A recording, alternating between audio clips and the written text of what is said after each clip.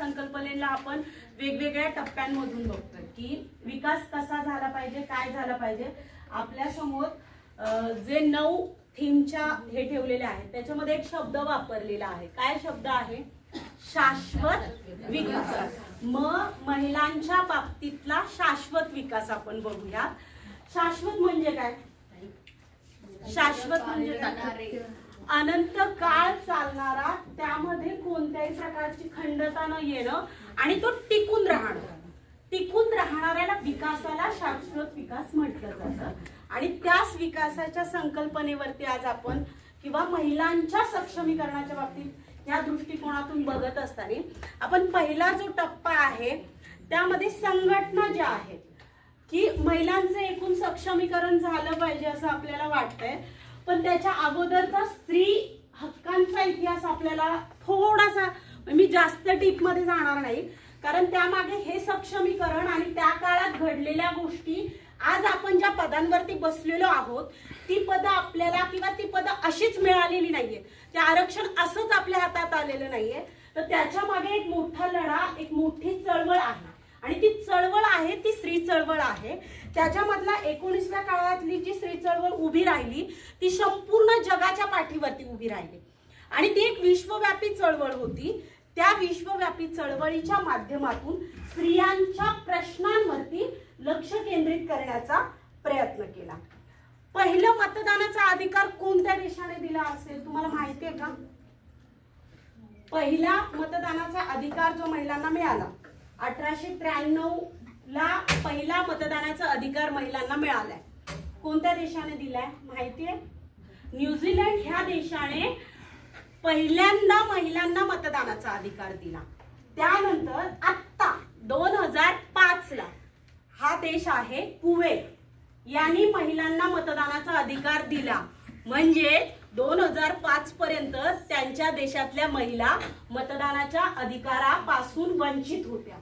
हे आपण जरा तपासलं पाहिजे की बाबा जगामध्ये पण आपण सरपंच आहोत, म्हणजेच की जगामध्ये चाललेल्या गोष्टींमागे आणि आपल्या देशात चालणाऱ्या स्त्री चळवळीमध्ये काय तफावत आहे, आपण काय समजतोय ते सहजरित्या आपल्या हातात मिळालेलं नाहीये। आपण ज्या पदावरती आज आपण विराजमान झालेलो आहोत ती पदं काय आपल्याला अशीच मिळालेली आहेत का, अशीच बहाल केलेली आहेत का? नाही केलेली। त्यामागे ह्या जागतिक स्त्री चळवळीचा एक मोठा इतिहास आहे आणि तो जास्त महत्त्वाचा मी ह्यासाठी समजते की 1960 नंतरचा दुसरा टप्पा जो सुरू झाला स्त्री चळवळीचा जगाच्या पाठीवर, त्यामध्ये एक बुद्धिजीवी होती फ्रान्स मधली सिमोन द बुयार हिने एक स्वतःचं पुस्तक लिहिलेले आहे जे 1949 ला लिहिलं गेलं। काय नाव आहे? द सेकंड सेक्स, म्हणजे दुसरा लिंग समानतेचा ज्या आधारावरती पाहिली जाते की स्त्रियांना ज्या दृष्टिकोनातून पाहिलं जातं असं पुस्तक 1949 ला लिहिलं गेलं। आणि त्या पुस्तकात लिंग समानता म्हणजे स्त्रियांना आणि पुरुषांना कामाच्या ठिकाणी समान वेतन मिळालं पाहिजे म्हणून एक मोठी चर्चा सुरू झाली।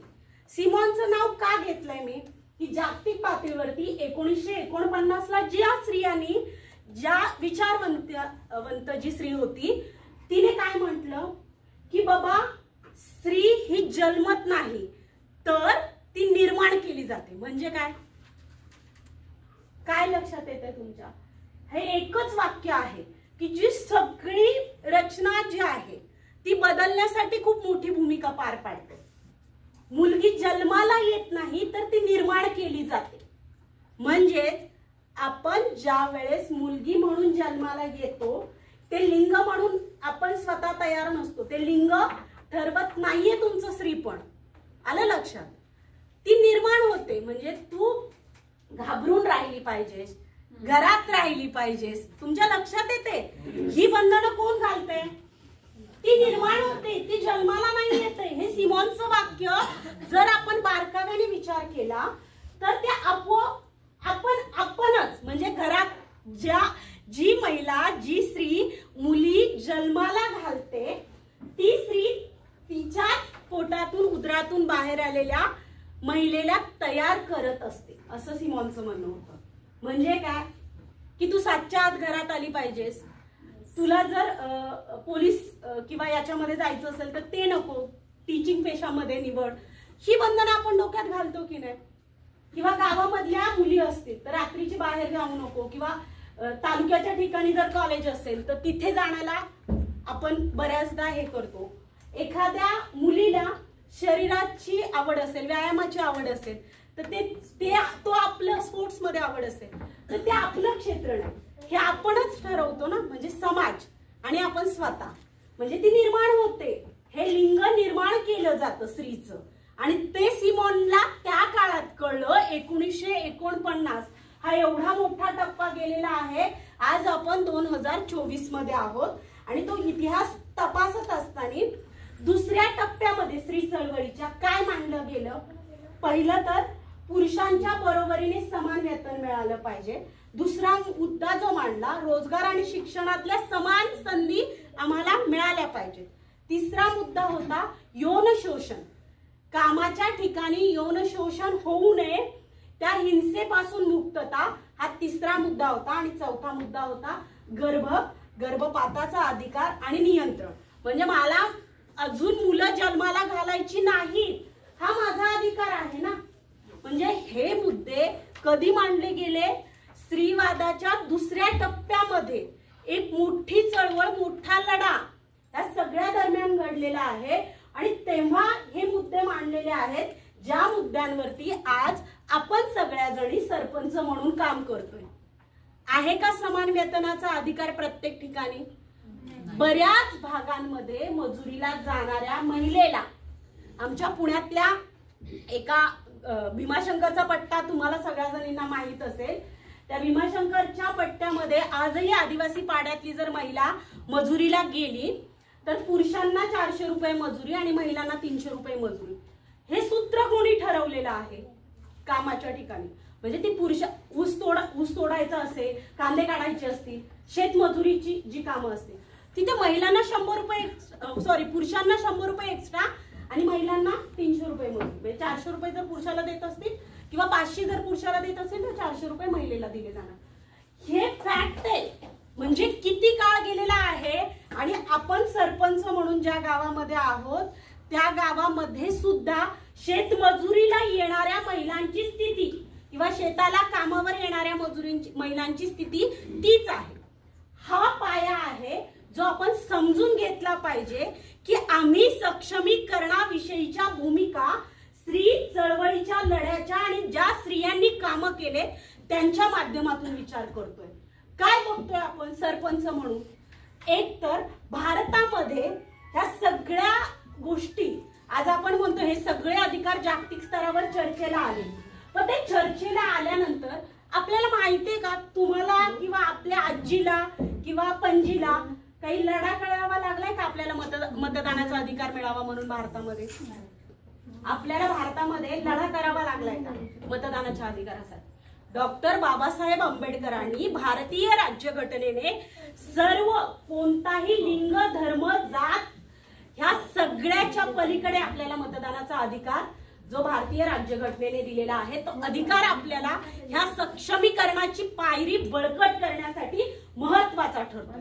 तो का महत्वाचा ठरतोय? कारण त्याच्यासाठी लढा उभा करावा लागलेला नाहीये, पण जगामध्ये भारत महिला सक्षमीकरणाच्या क्रमांकामध्ये 136व्या क्रमांकावर आहे. ज्या महिलांना देश स्वातंत्र्य झाल्याबरोबर मतदानाचा अधिकार मिळाला त्याच मध्ये महिला सक्षमीकरणाचा जो मुद्दा होता त्या महिला सक्षमीकरणाच्या याच्यामध्ये आज भारत 136व्या क्रमांकावर असणं म्हणजे तुम्ही विचार करा की आपल्या पुढे 135 देश आहेत जे महिलांना ह्या सगळ्या गोष्टींकडून सगळ्या बाबींच्या स्तरावरती सगळ्या गोष्टी देतात आणि त्या समान पातळीवर देण्याचा प्रयत्न 135 देश जगाच्या पातळीवर करतात. म्हणून आपण ज्या अधिकाराच्या स्तरावरती आज आपण ज्या पदांवरती आहात किंवा आपण जे काम करतोय ते सक्षमीकरणाच्या पातळीवरचा पहिला टप्पा आहे. मला वाटतंय तो महत्वाची पायरी आहे की ह्या पदांवरती आपण येऊन बसणं, त्या ग्रामपंचायतींमधून महिला लीडरशिप पुढे जाणं आणि त्या लीडरशिपच्या कामकाजाच्या आधारावरती ते सक्षमीकरण दिसणं. म्हणजे की आपल्याला संघटन करायचं आहे. आपण ज्या गावांमध्ये राहतो, ज्या ज्या गावांमध्ये आपल्या महिला आहेत, त्या महिलांना एकत्र करणं म्हणजे काय की त्यांच्या महिला सभा ज्या आहेत त्या सक्षमपणे घेणं आणि त्या महिला सभा घेत असताना त्या महिला सभांमध्ये आलेले विषय, वृद्ध पेन्शन योजना असेल, निराधार महिला योजना असतील, या महिलांना मिळवून देण्यासाठीचा तो महिला ग्रामपंचायतीतल्या सक्षमीकरणाचा सगळ्यात महत्त्वाचा भाग आहे. दुसरा आहे प्रबोधन, म्हणजे की आपण त्या महिला सभांमधून महिलांना एकत्र केलं, त्यांची बांधणी केली, आपल्याकडे जे बचत गट आहेत त्यांना एकत्र केलं आणि मग त्यांच्या प्रबोधनासाठी इतर भागांमधून आपल्याला वेगवेगळ्या लोकांची मदत मिळणार. काय करायचं आहे? मदत घेणं म्हणजे काय? महात्मा ज्योतिराव फुले, सावित्रीबाई फुले यांनी जे काम त्या काळामध्ये केलं ते प्रबोधनाचं काम होतं. काय काम होतं मला सांगा. आज किती गावांमध्ये, काही जण आपण शिकलेलो आहोत म्हणून आपल्याला सावित्री माहिती आहे, पण आपली किती गावं अशी आहेत, किती महिला अशा आहेत की ज्यांना सावित्री म्हणजे फक्त आणि फक्त वडाला फेऱ्या मारणारी सावित्री माहिती आहे. ज्या सावित्रीने स्वतःचं प्राण ह्या समाजासाठी त्यागलं, त्या एका साथीच्या रोगामध्ये गेल्या, त्या सावित्रीची जयंती जर आपल्या ग्रामपंचायतींमधून साजरी होत नसेल तर हे आपलं दुर्भाग्य आहे की आपण त्या सावित्री माईला समजूच शकलेलो नाहीये. कारण ज्या सावित्री माईंनी आपल्याला प्रत्येकीला बोलण्याचा, लिहिण्याचा आणि मांडण्याचा अधिकार दिलेला आहे. आपण जिथे आहोत ना, जे काही करतो ते खूप वेगळं आहे आणि त्या माईंनी त्या काळात केलेला लढा हा आपल्यासाठीचा लढा होता हे समजून तिच्या जयंतीसाठीची तिची ओळख जर आपल्या ग्रामीण महिलांना नसेल तर याच्या व्यतिरिक्त खेदाची बाब आपल्या महाराष्ट्रामध्ये मला वाटतं नाहीये. कारण मी ज्यावेळेस ग्रामपंचायतीमध्ये पहिल्यांदा निवडून आले तर पहिल्या वर्षामध्ये ज्यावेळेस सावित्रीबाई जयंती साजरी करायला घेतली, महिलांना माझा साधा प्रश्न होता की सावित्री कोण आहे. तिला आई म्हणते मी, माई म्हणते, का म्हणते? कारण ती नसती तर मी इथे नसते हे आपण सगळ्या जणींनी समजून घेतलं पाहिजे. आणि त्याच्यामुळे जेव्हा ते जाणवतं ना आपल्याला, ते आतमधून येत असतं की त्या महिलांना फक्त मी हे म्हणत नाहीये की जी वडाला फेऱ्या मारते ती सावित्री तुम्हाला कशी माहीत झाली, पण ज्या सावित्रीने आपल्याला आईचा शिकवला ती माई नक्कीच आपल्याला माहीत असायला हवी आणि ती माहीत करून देणं हे आपल्या प्रत्येकीचं काम आहे. ते सक्षमीकरण तुम्ही ज्या पदांवर बसलेला आहात तिथूनही होऊ शकतं. तुम्ही ज्या ज्या ठिकाणी काम करता तिथूनही तुम्हाला ते शक्य होऊ शकतं. कारण आज समाजातल्या अनेक खेड्या, वाड्या, वस्त्या अशा आहेत, अशा महिला आहेत की ज्यांना सावित्रीचा कोणत्याही प्रकारचा गंध नाहीये आणि संविधान म्हणजे काय हेच मुळात त्यांना माहित नाही. तर त्यांच्या अधिकारांचं हे सक्षमीकरण फार दूर राहिलं. म्हणजे आपण ज्या जागतिक स्तरावरच्या गोष्टी चर्चा केल्या, स्त्री चळवळीच्या गोष्टी चर्चा केल्या, त्या माझ्या गावापासून कोसो दूर आहेत. काही गावं शहराच्या जवळ असतील, काही महिला शिकलेल्या असतील, पण आजही महाराष्ट्रातला 75% भाग हा ग्रामीण खेड्या वस्त्यांनी, पाड्यांनी व्यापलेला आहे. त्या भागामधली ही स्थिती आपल्याला सगळ्यांना समजून घ्यावी लागेल. राजकीय व्यवस्थेतल्या ज्या संचलन काय म्हटलं, तुम्ही जे करताय ते संचलन करताय. काय संचलन आहे की ज्या सावित्री माईची जयंती आपण आपल्या ग्रामपंचायतीमध्ये साजरी करतोय, ज्या महिलांना आपापल्या ग्रामपंचायतीमध्ये पुढे आणण्याचा प्रयत्न करतोय, म्हणजे काय, पहिलं महिला सभा घेणं, त्यांचं प्रबोधन केलं, त्यांना तयार केलं आणि संचलन म्हणजे तुम्ही त्या लीडरशिप मध्ये पुढे आहात. भारतामध्ये अहिल्याताई रानडेकर असतील, गोदूताई परुळेकर असतील, त्याचबरोबर अनेक अशा महिला होत्या ज्यांनी शेतकऱ्यांच्या प्रश्नांवरती कामं केली, ज्यांनी शेतकऱ्यांच्या मुद्द्यांवरती प्रश्न घेऊन महिला शेतकऱ्यांच्या बाबतीत मांडणी केली. ह्या सगळ्या सूत्रसंचलन शेवटी संचलनावर येऊन ठेपतं की तुमच्या लीडरशिप मधून त्यांचं संचलन होणार आहे. त्याचा कृती कार्यक्रम ठरणार आहे आणि त्याच्यावरती ऍक्शन प्लॅन तयार होणार आहे, जो आपल्याला आपापल्या ग्रामपंचायतीमधून पुढे घेऊन जायचा आहे. हे आहे सक्षमीकरण. म्हणजे सामाजिक दृष्टिकोनातून जे सक्षमीकरण आज आपण पाहतोय. दुसरा जो याच्यामध्ये मी सामाजिक सक्षमीकरणाचा हा मुद्दा आहे, याच्यामध्ये 6 टप्पे आपण आज पाहणार आहोत.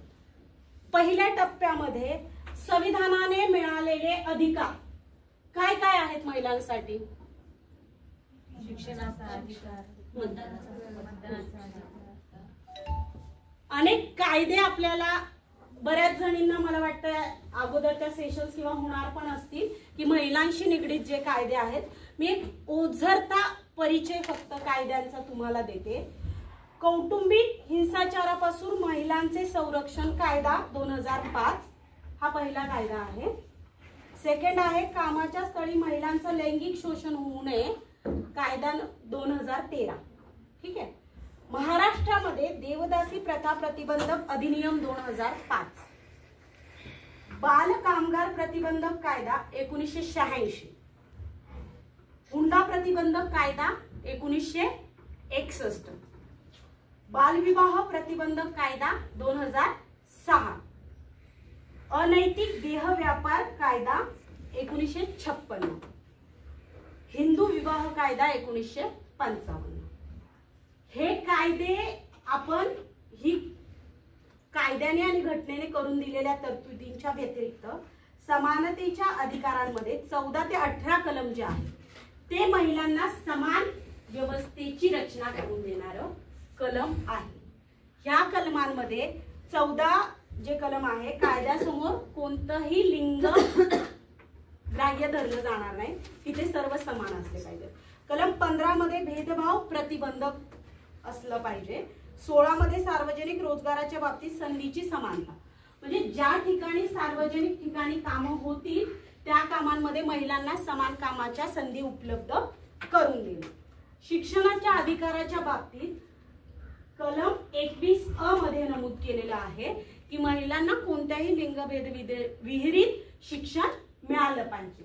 पण ते मिळत असताना निरंतर शिक्षणामध्ये आज सामाजिक स्तरावरती आपण जर पाहिलं, मला सांगा आपल्या भागामध्ये किती मुली अशा आहेत की ज्या 8वी किंवा 10वी नंतर त्यांचं शिक्षण थांबवतात? आहे असं आपल्या आजूबाजूला भेटतात मुली 8वी 10वी 12वी आता नाही पूर्वी होते, आता नाही आहे. आता जवळपास ग्रॅज्युएशन तर आहेच मुलींचं. ते निदान मुक्त मधून तरी ग्रॅज्युएशन करतातच. तुम्हाला माहिती आहे आपल्या भारतामधला आपण हे म्हणतोय ही स्थिती एकीकडे, पण सर्वे असतोय की जे प्रॅक्टिकल कंडिशन मांडत असतात. भारतात 62% मुली अशा आहेत की ज्या प्राथमिक शिक्षण सुद्धा पूर्ण करू शकत नाही किंवा बाहेर पडलेल्या आहेत प्राथमिक शिक्षणात. ही स्थिती भारतातली आहे, एकूण भारतातली सांगते मी, महाराष्ट्रातली नाही सांगते. 62% प्रमाण आहे. हे प्रमाण कमी नाही आहे, खूप मोठा आकडा आहे. आणि कोरोनाच्या महामारीमध्ये ज्या काही मुली शिक्षणाबाहेर पडल्या ते प्रमाण सुद्धा वेगळं होतं. त्याचं एक वेगळं सर्वेक्षण या सगळ्या दरम्यान झालं होतं. का ह्या गोष्टी होतात आहे तर आपण म्हणतोय की होत नाहीये. 9वी नंतर 30% मुली शाळेच्या बाहेर पडतात आहे. म्हणजे शिक्षणापासून बाहेर पडणारा वर्ग आजही असेल. महाराष्ट्रात हे प्रमाण जे आहे, महाराष्ट्र तुम्हाला एक गोष्ट सांगते की आपण म्हणतोय बालविवाह होत नाहीये, 26.4% प्रमाण आहे आपल्या महाराष्ट्रात. ही खेदाची बाब आहे. म्हणजे पुरोगामी महाराष्ट्रामध्ये, शिकलेल्या महाराष्ट्रामध्ये, ज्या महाराष्ट्रामध्ये सावित्रीबाई फुले, डॉक्टर बाबासाहेब आंबेडकर, महात्मा ज्योतिराव फुले, जिजाऊ माता या सगळ्यांनी वेगवेगळ्या ठिकाणी वेगवेगळ्या त्या त्या काळामध्ये कामं केली आणि ती कामं महिलांसाठी खूप वाखाणण्याजोगी होती किंवा ती आपल्या प्रगतीला वाव देणारी होती. त्या याच्यामध्ये महाराष्ट्रामध्ये हा टक्का किती मोठा आहे हे आपल्याला जरा समजून घ्यावं लागेल. भारतात जास्तीत जास्त बालविवाह होण्याचं प्रमाण जे आहे ना, म्हणजे एकूण भारतामध्ये 70 जिल्हे असे आहेत की ज्या 70 जिल्ह्यांमध्ये बालविवाह होतात. आणि त्या 70 जिल्ह्यांपैकी 17 जिल्हे महाराष्ट्रातले आहेत. ही मनाला आजही 18 वर्ष किंवा आता 21 वर्ष जी वयाची अट घातलेली आहे, आज आमच्या मुली 18 वर्ष पूर्ण न करता गरोदरपणाच्या सगळ्यात मोठ्या समस्येला सामोरे जातात. हे प्रमाण लग्न झालं म्हणजे त्या प्रेग्नेंट राहिल्या पाहिजेत. ही सगळी एका वर्षाच्या आत किंवा ही सगळी आपली सामाजिक रचना जी आहे, हे सामाजिक सक्षमीकरणाचा भाग म्हणून तुम्हाला मी या परिस्थितीची जाणीव करून देते. आपण ज्या गोष्टी म्हणतोय ना की ही नाहीये वास्तविकता, पण आज हे प्रमाण, ही आकडेवारी कुठेतरी आपल्याला वेगळा विचार करायला लावणारी आहे. युनिसेफ ही एक संशोधन संस्था, म्हणजे मी हे जे आकडे सांगितले युनिसेफच्या माध्यमातून आणि सेंटर फॉर बजेट पॉलिसी जे आहे त्यांचा अभ्यास दौरा झाला आणि त्यांनी 15 ते 18 वयोगटातील 40% मुली आजही शाळेपासून दूर आहेत. महाराष्ट्रातलं प्रमाण हे आहे. म्हणजे की हे आकडे तुम्हाला मी शिक्षण आपण बघतोय ना, तर हे आकडे कशासाठी आहेत की 30% मुलींना जर कधीच शाळेचा परिचय झालेला नाही, त्यांना क ख ग अ आ इ ब काही माहित नाही, अक्षर ओळख नसणं, हे प्रमाण 30% आहे. शाळेची पायरीच चढलेल्या नाहीये. मग तिथे महिला सक्षमीकरणाचा प्रश्न आज आपण जिथे आहोत तिथे काम करत असताना महत्वपूर्ण ठरतो की माझ्या जिल्हा परिषदेच्या शाळांमधली एकही मुलगी ही 12वी किंवा ग्रॅज्युएशन पर्यंत निदान पोचली पाहिजे. ही ऍज अ सरपंच म्हणून आपली जबाबदारी मला वाटतं आहे. आणि उद्या आपण, तुम्ही सरपंच राहाल, मी सरपंच राहील माहित नाहीये, आपला वर्षाचा 5 वर्षाचा जो काही काळ आहे तो एकदा संपल्यानंतर, पण ज्या शिक्षण क्षेत्रांमध्ये आपल्याला महिलांचं सक्षमीकरण करायचंय तर आपल्या सगळ्या मुलींचे स्वतःशी पर्सनल कॉन्टॅक्ट त्यांच्याशी आणि त्या मुलींचा वैयक्तिक संबंध की बाई तुला शिक्षणामध्ये 10वी नंतर 11वीला ऍडमिशन घ्यायला कुठे अडचण येते का, ती येत असेल तर मी तुला मदत करायला पाहिजे की नाही किंवा ती केली पाहिजे की नाही. आपल्या जिल्हा परिषदांच्या शाळांमध्ये आपण ज्या कमिट्या आपल्या वेगवेगळ्या असतात त्याच्यामध्ये शिक्षकांच्या बैठका ह्या दर महिन्याला जिल्हा परिषदांच्या शाळांमधल्या व्हायला पाहिजेत आणि त्याच्यामध्ये शैक्षणिक अहवाल जो आहे तो अहवाल तपासत असताना मुली दररोज शाळेत येतात का, त्यांच्यावरती कोणत्याही प्रकारचे हा सगळा डेटा आपल्याला घ्यावा लागेल. तो शिक्षणाच्या सक्षमीकरणाला पुढे घेऊन जाण्यासाठी महत्वपूर्ण भूमिका निभावणार आहे.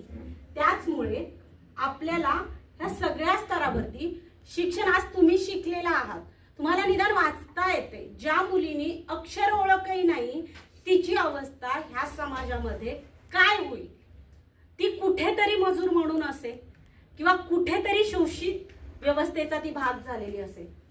ह्या गोष्टी आपल्याला जास्त प्रभावीपणे जाणवल्या पाहिजेत की ठीक आहे, आज मला कळू लागलंय म्हणून मला बोलायचंय, मला समजू लागलंय म्हणून मला समजावून सांगायचंय, मी शिकले म्हणून मला मागच्या पिढ्यांना शिकवायचंय. आणि ते शिक्षण देत असताना जी दरी आहे ना समाजाची, अनेक वर्षांपासून जी एक आर्थिक दरी समाज व्यवस्थेमध्ये राहिलेली आहे, ती दरी काय आहे, ज्यांच्याकडे आर्थिक सत्ता एकवटलेली आहे त्या आर्थिक सत्ता एकवटलेल्या वर्गाला वेगळं शिक्षण व्यवस्थेचं सगळी दारं जी आहेत ती आजही खुली आहेत. आणि ज्यांच्याकडे पैशाच्या कोणत्याही प्रकारचं, एका आदिवासी किंवा दलित वस्तीमध्ये जाऊन बघा की ज्यांच्या चुलीवर काम केल्याशिवाय अन्न शिजत नाहीये, आणि ही स्थिती आपल्या गावांमध्ये आहे, आपल्याला सगळ्या जणींना माहिती आहे. आपण बघतोय की ते रोज कुठे ना कुठे मजुरीला जाताना दिसतात. म्हणजे शिक्षणाच्या सक्षमीकरणाची जाणीव मुळात ही तुमच्यामध्ये जर निर्माण झाली तर ह्या ज्या 17 जिल्ह्यांचा उल्लेख आज महाराष्ट्रात होतोय त्या 17 जिल्ह्यातल्या एकही ग्रामपंचायतीमधली एकही मुलगी जर शिक्षण बाह्य किंवा शाळेच्या बाहेर गेली नाही तर ते प्रमाण शिक्षणाच्या सक्षमीकरणाकडे वाटचाल करणारं असेल असं मला वाटतं. कारण त्याशिवाय ते शक्य होणार नाहीयेत गोष्टी. दुसरा, आरोग्याच्या बाबतीत तुम्हाला, आपल्याला सगळ्यांना माहिती आहे की महिलांमध्ये हिमोग्लोबिनचं प्रमाण कमी असतं सगळ्यांच्याच. तुमच्या माझ्या शरीरात जर चेक केलं तर ते 12च्या पुढे कधीच बऱ्याच म्हणजे महिला असतील त्यांच्या शरीरात नाहीच आहे, ही वास्तविकता आहे. भारतातल्या आणि महाराष्ट्रातल्या 58% महिला आहेत की ज्यांच्यात हिमोग्लोबिनच्या प्रमाणाची कमतरता आहे. आणि हेच प्रमाण गर्भ ज्यावेळेस धारणा होते त्यावेळेस मृत्युमुखी पावणाऱ्या महिलांची संख्या ती वाढलेली दिसून येते. का वाढते? म्हणजे 4 मुलं जर जन्माला येत असतील तर त्याच्यातलं एका गरोदर मातेचा मृत्यू, म्हणजे 4 मुलांना जन्माला देत असताना एका मातेचा मृत्यू झालेला असतो. म्हणजे त्या आईच्या शरीराला, म्हणजे महिलांना आज ज्या काही गोष्टी गरजेच्या आहेत, गरोदर माता, आज आपल्या गावामध्ये अनेक ग्रामपंचायती अशा असतील की त्यांच्या गरोदर मातांचे मृत्यूचे प्रमाण 0 असेल, नगण्य असेल. पण महाराष्ट्रातलं हे प्रमाण आपण नाकारू शकत नाहीये ना. म्हणून आपल्याला जे माहिती आहे ना ती बाजूचीला सांगणं किंवा तिला सोबत घेऊन जाणं किंवा तिला ते समजावून सांगणं. आज अनेक सरपंच अशा आहेत, आरोग्याचे किंवा शिक्षणाचे आणि जे प्रश्न आपण संविधानाचे अधिकार, संविधान शब्द सुद्धा काही महिलांना, सरपंचांना सुद्धा माहित नाहीये. ही वास्तविकता तुम्ही नाकारता का? आहे का अशी स्थिती आहे की सरपंचांनाच संविधान शब्द माहित नाही महाराष्ट्रातल्या काही? शिकलेलं नाही त्यांच्यासाठी, काही महिला शिकलेल्या नाही त्यांच्यासाठी. तर ती स्थिती बदलण्यासाठी आपण सगळ्या जणी मला वाटतं आहात की मला माहिती आहे की तुम्ही जिथे काम करताय ते प्रामाणिकपणे पुढे चाललेलं आहे. पण आज ज्या महिलांना ट्रेनिंग मिळतंय किंवा हे सगळ्या गोष्टी मिळतात त्याच्यातून ह्या गोष्टी पुढे शिकवल्या जातील. पण संविधानाची ओळखच नाही ज्या देशामध्ये आम्ही राहतोय. म्हणजे मला कधी ही गोष्ट रिअलाइज झाली तुम्हाला सांगते की जेव्हा ग्रामपंचायतीचे इलेक्शन्स लागलेले, माझ्याबरोबर एक सभासद फॉर्म भरायला आलेले आणि खूप मोठा झगडा चालू होता सामाजिक सक्षमीकरणाच्या स्तरावरती. तिथला काय झगडा होता, अनेक राजकीय नेतृत्वातले जिल्ह्याचे पुढारी बसलेले आणि मी एकटीच होते की मी नाव नाही बदललं. म्हणजे सरपंच पदाचा अर्ज भरत असताना मी हे नाव माझ्या वडिलांचं आहे, कविता नामदेव वरे, हे माझ्या वडिलांचं नाव आहे. तर माहेरचं, तर ते नाव नाही बदललं म्हणून तुमचा फॉर्म बाद व्हावा. तर मी त्यांना एकच शब्द म्हटलं की मला संविधानाने अधिकार दिलेला आहे की मी माझं नाव काय ठेवायचं ते तुम्ही नाही ठरवणार कोणताही व्यक्ती. हे सगळी चर्चा म्हणजे सकाळी 10 वाजल्यापासून संध्याकाळी 4 वाजेपर्यंत आमचा झगडा अनेक मुद्द्यांवर चाललेला, अनेक गोष्टींवर तो लढा होता. 7 महिन्याची गरोदर माता त्या सगळ्यांशी भांडत होती ती एकाच गोष्टीसाठी की मी ज्या पदासाठी फॉर्म भरते तो फॉर्म कशासाठी लढतोय. नवरा सोबत नव्हता, कोणताही कार्यकर्ता सोबत नव्हता किंवा कोणताही पुरुष किंवा कोणतीही महिला माझ्या सोबत नव्हती. जे फॉर्म भरायला आलेली तेच लोक होते. ते उदाहरण ह्यासाठी देते, कौतुक म्हणून नाही. सकाळीपासून अन्नाचा किंवा पाण्याचा कण पोटात नव्हता, 7 महिन्याचा गोळा पोटात होता. आणि त्यावेळेची परिस्थिती जास्त जवळून जाणवली की बाहेर आल्यानंतर, तो लढा जिंकल्यानंतर बाहेर जात असताना माझ्यासोबतची गपचूप एक हळूच आवाज काढते, ताई संविधान म्हणजे काय होते. लोक लय घाबरले. म्हणजे हा आवाज मनाला जास्त वेदना देणारा होता. तिचा आवाज निघाला, तिला आवाज फुटला की समोरचे 10 जण असताना फक्त संविधान हा शब्द ऐकल्यानंतर गप्प बसले. नक्की हे संविधान आहे काय? ती आमच्या ग्रामपंचायतीच्या सदस्य आहे आणि तिला आम्ही या सगळ्या गोष्टी समजावून सांगण्याचा किंवा प्रयत्न करतोय. म्हणजे तुम्हाला ही उदाहरणं देण्यामागचं हे सक्षमीकरणाची गरज जी आहे की आरोग्याच्या बाबतीतले मुद्दे असतील, महिलांच्या मासिक पाळीच्या बाबतीतला एक मुद्दा मी तुम्हाला आरोग्याच्या संदर्भात सांगते. अनेक महिलांना पिरियड येतात आणि त्या पिरियडवरती मोकळेपणाने बोललं जात नाही, त्रास होतो, रक्तस्राव होतो. आणि अनेक महिलांच्या ग्रामीण पट्ट्यामध्ये तुम्ही जा तुमच्या ग्रामपंचायतीमध्ये परत सेशनवरून गेलं ना की चौकशा करा की गर्भपिशवी काढण्याचं प्रमाण का वाढलेलं आहे. वाढले म्हणजे मी निवडणुकीच्या काळामध्ये आणि त्यानंतरही मी प्रत्येक महिलेला जेव्हा भेटते ना की पिशवीचं ऑपरेशन झालं, काय ताई बऱ्या आहेत ना, तर विचारल्यानंतर पिशवीचं ऑपरेशन झाले. तुम्हाला जाणवतं हे प्रमाण का वाढले? त्याच्या मागची कारण काय आहेत? ज्या आरोग्यावरती आज एक तर आरोग्य व्यवस्थेचं झालेलं खाजगीकरण हा एक सगळ्यात मोठा ड्रॉबॅक आहे की गर्भपिशवी ही अडचण नसते आपली. गर्भपिशवी हे आपल्या शरीराचा भाग आहे. आपल्या शरीराची रचना ज्याप्रमाणे बनवलेली आहे त्यासाठी ती सायकल आणि आपल्या हिमोग्लोबिन मध्ये किंवा आपल्या हार्मोन्स मध्ये जे चेंजेस होत असतात ते त्याच्यावर आधारित असतात. तर ती गर्भपिशवी काढून टाकणं म्हणजे काही ठिकाणी तुम्हाला असंही दिसेल, तुम्ही 10 महिलांना विचारा, सहज विचारा तुमच्या आजूबाजूच्याच की किती जणींचं ऑपरेशन झालेलं आहे. 10 पैकी 5 ते 6 जणी सांगतील की माझं ऑपरेशन झालेलं आहे. हे खूप भयानक आहे. हे आरोग्याला घातक आहे. ते महिला सक्षमीकरणाच्या आरोग्याच्या प्रश्नांवरती खूप मोठा प्रश्न निर्माण करणार आहे. त्या काळात सुरू झालेली सावित्रीमाईंनी लढायला शिकवले, बोलायला शिकवले, वाचायला शिकवले. आता आपण वाचतोय. आमच्या प्राथमिक आरोग्य केंद्राच्या स्तरावरती काय स्थिती आहे ही आपली जबाबदारी आहे. आपल्या प्रत्येक महिलेची सार्वजनिक रुग्णालयाची तालुक्याची काय स्थिती आहे हे सुद्धा आपल्याला तपासायला पाहिजे. तिथे पैसे देऊन का महिलांनी जावं? आमच्या तालुक्यामध्ये ज्या वेळेस प्रेग्नेन्सी राहते, तुम्हाला माहित असेल की आपल्याला दर 3 महिन्यांनी सोनोग्राफी करावी लागते, बरोबर? सोनोग्राफीला बाहेर किती खर्च येतो हा? तर तो खर्च सरकारी रुग्णालयामध्ये असली पाहिजे का नाही? तर त्याच्यासाठी आम्ही एक पत्र दिलं तालुक्याच्या स्तरावर. आम्हाला आमच्या तालुक्यामध्ये सोनोग्राफी पाहिजे.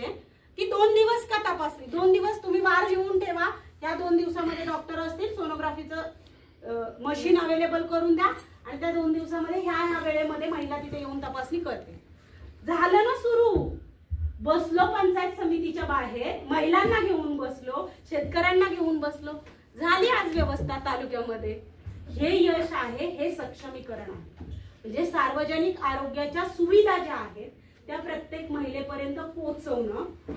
त्यांना दुसरं महत्वाचं, किशोरवयीन मुली ज्या आहेत त्या मुलींच्या अनेक अडचणी असतात. पिरियड आता ना काय झाले माहितीये, पीसीयूडीचं प्रमाण मुलींमध्ये वाढलेलं आहे. तर याच्यासाठी काही आपल्याला नियोजन ग्रामपंचायतीमधून करता येते का? आरोग्यदायी गाव बनवायचं असेल तर ह्या किशोरवयीन मुलींचा एक गट तयार करणं. त्या बोला ना ताई. ट्रेनिंग देता येतं? हो, त्यांना ट्रेनिंग घेता येतं. डॉक्टरांची तपासणी स्वतंत्रपणे करा आणि त्याच्यावरती काय उपचार किंवा त्यांच्या रिसायकल म्हणजे ती सायकल व्यवस्थित झाली पाहिजे तुमची पिरियडची, त्याच्यासाठी काय करता येऊ शकतं हे डॉक्टरांशी चर्चा करून तिथे गावातल्या मुलींना, त्या सगळ्या किशोरवयीन मुलींना बोलवून त्यांच्याशी हे चर्चा करा. कारण पीसीओडी मुळे प्रेग्नन्सी धारणा होत नाही हे तुम्हाला माहित असेल. तर येत्या काळात जी महिला आई व्हायचं स्वप्न हे करते ते होऊच शकत नाही. म्हणजे आपल्या शरीरातून एका बाळाला जन्म देणं तिचं शरीरच कॅपेबल राहणार नाही. तर मग आपल्याला या आरोग्य व्यवस्थेच्या प्रश्नावरती किंवा आरोग्याच्या प्रश्नांवरती हा फोकस सुद्धा ठेवावा लागेल की ह्या किशोरवयीन मुलींचे प्रश्न काय आहेत, कसे आहेत आणि ते समजून घेऊन मग त्याच्यावरती मात आपल्याला करावी लागेल. आर्थिक सक्षमता तुम्ही काय समजता? म्हणजे काय तुमच्या दृष्टिकोनातून आर्थिक सक्षमता आहे महिलांच्या? पैसा हातात असला म्हणजे आर्थिक सक्षमता येते का? आपल्याला पगार येतो, किती जणींचा पगार म्हणजे आपलं मानधन येतं सरपंच पदाचं, काय करता किंवा किती जणी स्वतः ठरवतात की ते मानधन कुठे खर्च करायचं? तुम्ही सगळ्या जणी ठरवता की कुठे खर्च करायचं. हा, पण ते मानधन पण आपल्या हक्काचं आहे ना. ते खर्च करण्याचा अधिकार आपल्याला नसणं म्हणजे आपली आर्थिक सक्षमता नाहीये, बरोबर? हेच आपण मान्य करू ना. आज तुम्हाला अनेक उदाहरणं मी सांगते. शिकलेला वर्ग जो आपण म्हणतोय की खूप शिकले, सगळ्या गोष्टी आल्या, काही स्थिती नाहीये. शहरांमधल्या आणि ग्रामीण महिलांमधली जर चाचपणी केली ना, सर्वेक्षण जर केलं, त्यांचे रिपोर्ट जर बनवले तर 40-1 लाख रुपये पगार घेणारी महिला सुद्धा तिचा पगार कुठे खर्च करायचा हे ठरवू शकत नाही. ही शिकलेल्या महिलांच्या पुरुषी मानसिकतेचा आणि पितृसत्ताक व्यवस्थेचा प्रभाव आहे, हे लक्षात घ्या तुम्ही. आपल्याला वाटतंय की ते पैसे म्हणजे तुमच्या खात्यावरती जमा होतात किंवा तुम्ही मेहनत करताय याच्याने तुमच्यामध्ये आर्थिक सक्षमता येत नाही. ते पैसे कुठे कसे खर्च करावे हे ठरवण्याचं नियोजन जर तुमच्या हातात असेल तर ती आर्थिक सक्षमता आणण्यासाठी आपण सगळ्या जणी प्रयत्नशील राहू. दुसरा महत्वाचा मुद्दा आहे, आपल्याला MG नरेगा मधून काय कामं करता, म्हणजे महिलांना रोजगार त्याच्यातून आपल्याला देता येतो, बरोबर. 2017ला महाराष्ट्रामध्ये 58% रोजगार महिलांना मिळत होता MG नरेगातून. हे लक्षात घ्या, ही आपली जबाबदारी आहे. आणि 2022 मध्ये हे प्रमाण 40% आलेले, म्हणजे कमी झालेले आहे. म्हणजे शासन व्यवस्थेतून पुरवणाऱ्या गोष्टी आपण पण तेवढ्याच सक्षमतेने आर्थिक सक्षमतेकडे वाटचाल. त्या महिलेला 245-262 रुपये मजुरी मिळतात, पण तिला मिळत होती MG नरेगातून. जेव्हा महाराष्ट्रामध्ये मोठा दुष्काळ 1972च्या दरम्यान पडला होता, त्या दरम्यान MG नरेगाने सगळ्या ग्रामीण पट्ट्यातल्या अनेक महिलांच्या हाताला काम दिलेलं आणि त्या मिळालेल्या मजुरीवरती अनेक कुटुंब तरली होती. त्यामुळे हे प्रमाण जर 2017ला 58% होतं आणि 2022ला 40% झाले, म्हणजे ते कमी झाले. ते का झालंय? आपल्याला आपल्या ग्रामपंचायती मधल्या महिलांना सोबत घेऊन जॉब कार्डची तपासणी करून त्या जॉब कार्डच्या माध्यमातून रोजगाराच्या किती महिलांना संधी उपलब्ध करून देता येतील हे तपासावं लागेल. बचत गटाच्या माध्यमातून पर्यावरण कारभारणी तयार कराव्या लागतील. त्या कारभारणी काय आहेत, ज्या तुमच्या MG नरेगाची जी काही आहे, तुम्हाला माहिती आहे फळबागा लागवडीसाठी फळबागा झाडं पण देतं शासन आणि 3 वर्षापर्यंत तुम्हाला मजुरी देतं ते झाडं सांभाळण्यासाठी. म्हणजेच आपल्या गावामध्ये महिलांचं जर आर्थिक सक्षमीकरण करायचं असेल तर पर्यावरण पूरक कारभारणी तयार करायच्या आणि त्याच कारभारणी आर्थिक व्यवस्थेकडे घेऊन जाणाऱ्या असतील. त्यांच्या हातातही 4 पैसे राहतील, आपलं गाव पर्यावरण समृद्ध पण होईल आणि त्याचबरोबर पर्यावरणाशी निगडीत जे मुद्दे आहेत, जे आपल्याला गोल अचीव करायचा आहे, त्या गोल मधलेही मुद्दे आपल्याला सहजरित्या पुढे घेऊन जाता येऊ शकतात. आणि ह्या सगळ्या गोष्टी करत असताना कायदेशीर ज्ञान आपल्या सगळ्या जणींना असणं आवश्यक आहे. मला सांगा, आपल्या ग्रामपंचायतीमध्ये समजा एखाद्या महिलेवरती काही अतिप्रसंग ओढवला, तुम्ही पहिली कंप्लेंट कोणाकडे घेऊन जाता किंवा काही मदत होते का? म्हणजे असे प्रसंग काही घडलेत का? मारहाणीचे प्रसंग असतील किंवा काही घडलेलं आहे का कधी गावामध्ये? नवरा बायको मध्ये पण भांडणं होतात, नवरा मारतो बायकोला, हा कौटुंबिक स्तरावरचा हिंसाचार आहे, बरोबर.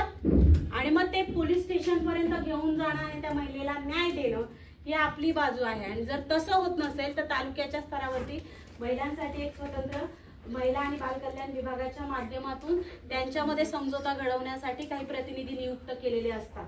त्याच्यातून तो समझोता, जर आपल्याला ती भांडणं चबाट्यावर नाही न्यायची पण निदान तिच्यावर अन्याय नाही झाला पाहिजे ह्यासाठी आपण प्रत्येक जणीने प्रयत्न करत राहणं हा सगळ्यात महत्वाचा मुद्दा आहे. दुसरा आहे की सांस्कृतिक मुद्द्यांवरती बोलेल. मला सांगा, आपल्याला समजा आज मी म्हटलं, मला सुरुवातीलाच मांडलं की हिमोग्लोबिनचं प्रमाण कमी आहे, शुगर आहे, तरी किती जणी उपवास धरतात सांगा? तुम्ही सांगा, धरतात की नाही? आणि तेव्हा खाल्लं जात नाही. मग हा सांस्कृतिक व्यवस्थेचा पगडा आहे. आपल्याला मान्य आहे, आपल्याला ज्या गोष्टी करायच्या आहेत त्या केल्या पाहिजेत, पण त्या संस्कृतीने तुमच्या शरीराला हानी पोचवून धर्माचं पालन करायला नाही सांगितलं. आणि हात जोडून विनंती आहे तुम्हा सगळ्या जणींना की जर नसेल ना तुम्हाला शरीराला सहन होत नसेल किंवा जर शुगरचा प्रॉब्लेम असेल किंवा इतर सांधेदुखीचे महिलांमध्ये खूप त्रास असतात, या सगळ्या गोष्टी असतील ना तर कोणीतरी सांगतंय, पिढ्यानपिढ्या सांगत आल्यात म्हणून आपण ते करणं अतिशय चुकीचं आहे. ओ बाळांनो, का सांगते मी? हा, का वाढलेलं आहे की आपण अनेक गोष्टी आपल्या शरीरावरती होणाऱ्या परिणामांचा विचार करत नाही. तो विचार जर आपल्यापासून झाला ना तर महाराष्ट्र आणि आपलं गाव बदलायला निदान वेळ नाही लागणार. भारताच्या गोष्टी लांबच्या राहिल्या. सांस्कृतिक झगडा पिढ्यानपिढ्यांपासून चालत आलेला आहे. माझं म्हणणं काय आहे, सगळ्या गोष्टी कराव्यात पण आपलं शरीर सांभाळून. बरोबर आहे की नाही? देव धर्म सगळं झालं पाहिजे पण आपलं शरीर तेवढंच महत्त्वाचं आहे. प्रशिक्षण घेतलं होतं, डॉक्टर झाला होता शिकवायला. हा. तर हे तुमचा उपास हा विषय दुसरा समजा, पण त्यांचं असं म्हणणं होतं की यात सगळ्यात मोठा विषय असा असते की महिला स्वयंपाक करते आणि सर्वांना जेवण खाऊ घालते आणि जे उरते ते खाते, तिला पूरक आहार भेटत नाही. त्यातूनही एक ना आपल्या घरामध्ये ना, आम्ही आमच्या ग्रामपंचायतीमध्ये 2 गोष्टी आता टप्प्यामध्ये ठरवलेल्या आहेत. पहिलं तर मी पुढे सांगेल त्या गोष्टी, पण यांनी जो मुद्दा मांडलाय ना त्याच अनुषंगाने तुमचं शरीर जास्त महत्वाचं आहे. वयामानानुसार वयाच्या 30 नंतर महिलांच्या शरीरात कॅल्शियम बनत नाही, माहितीये? कंबर दुखी, गुडघे दुखी सुरू होते की नाही सगळ्यांना? हा, मग हे ज्या वेळेस होतं ते आपल्याला परिणाम करतं. मग घरातली कामं, ग्रामपंचायतीची कामं आणि येणाऱ्या अनेक अडचणी यांना आपण कशा सामोरे जाणार जर आपलं शरीर सदृढ नसेल? मग त्यामुळे मी जो मुद्दा मांडते की वैज्ञानिक दृष्टिकोन ठेवून जरा आपण उपास तापास केले शरीर सांभाळून, माझी त्याला हरकत नाहीये. तो तुमचा वैयक्तिक मुद्दा आहे. एक दिवस शरीराला अन्नापासून अलिप्त ठेवणं, फळांचा आहार घेणं. घ्या ना, उपासाच्या दिवशी निर्जल व्रत कोणी करायला सांगत नाहीये. आपला देव स्वतःच्या शरीराला कष्ट देऊन निर्जल व्रत केलं जातं. करतात की नाही? खरं सांगा. हा, नाही सांगत आहे ना. आपल्या देवाला आपल्या शरीराला कष्ट देऊन नाही त्याला अपेक्षित असत की तू तुझ्या यातना. मग आपल्या नवऱ्यावर घरात चिडचिड होणं, पोरांवर स्वयंपाक लवकर होतंय की नाही? होते की नाही चिडचिड घरात? म्हणजे जर पाणी पिलं नसेल सकाळीपासून किंवा काय चिडचिड होते, राग येतो काही गोष्टींचा. ते कशामुळे होतं? आपल्या शरीरामध्ये ज्या गोष्टींची आवश्यकता असते त्या गोष्टी न गेल्यामुळे. मग त्यामुळे एक वैज्ञानिक दृष्टिकोन सांस्कृतिक व्यवस्थेमध्ये ठेवला पाहिजे. कोणताही धर्म, कोणताही देव, कोणती जात तुमच्या शरीराला कष्ट देऊन उभं राहायला सांगत नाही किंवा माझं पालन करा असं सांगत नाही. ते पालन आपल्या शरीराच्या मर्यादा ओळखूनच झालं पाहिजे. हा सांस्कृतिक सक्षमीकरणाचा सगळ्यात महत्वाचा मुद्दा आहे. गणपतीच्या नवरात्रीच्या 9 दिवसांचे उपास आता अनेक जणी करतात, बिना पायाच्या चप्पल घालून करतात की नाही? अगं बायांनो, पण मला हे सांगायचंय, तुम्ही सगळ्याजणी माझ्यापेक्षा, म्हणजे ना मला खूप आदर आहे तुमचा सगळ्यांचा. तुम्ही सगळ्याजणी अनुभवाने मोठ्या आहात, वयाने मोठ्या आहात माझ्यापेक्षा. पण त्या 9 दिवसामध्ये देवी आपल्याला सांगते का?